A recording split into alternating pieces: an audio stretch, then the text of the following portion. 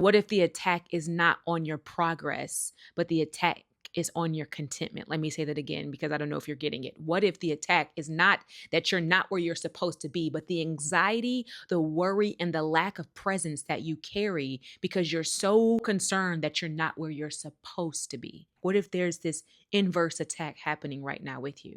That's what I've been going through. And I feel like the Lord has been revealing to me a prayer that I have been asking Him to answer for years. Here's the thing about prayers: you can't pray to God and expect Him to answer in the way that you want to hear Him. So, in my mind, praying, Lord, help me with direction and clarity, I'm thinking that He's going to be like, this is the way, go that way. This is the job. This is the person, blah, blah, blah. But actually, what I'm learning is the way He's answering that prayer is He's taking me inward and saying, no, no, no, actually steward what you have. And the thing about stewarding what you have is starting where you are. Some people who feel like they're not enough, you'll feel like nothing that you do is enough. You'll constantly set high expectations and then blame yourself for not meeting them. When what God is saying is, I'm omniscient, not you. I handle your future and your past, and what you need to do is remain content in the present. I even heard somebody say recently, they don't even hear God if they're not present. How can you hear the voice of God if you're in the past or the future? I've been praying to the Lord, give me your eyes. And I feel like He's saying, even in this moment, if you want my eyes, you have to remain present.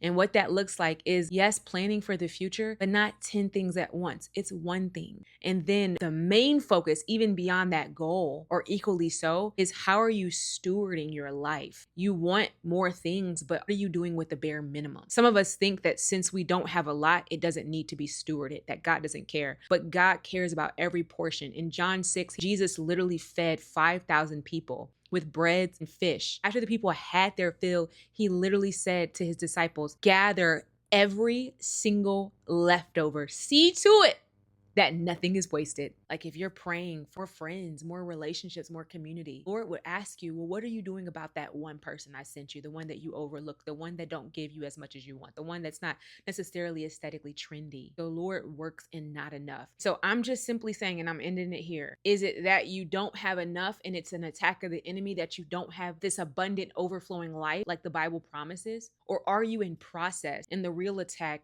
is to have you think that what you have shouldn't be stewarded because it's not sufficient, it's not enough. And the Lord would say to you, actually, this is where you really are. What I want you to do is steward this like it's $1,000,000. Steward this $10, $12 an hour job like it's a $30 an hour job. Steward this one friend like they're 10 friends. That's what He's after. Hope this encourages you.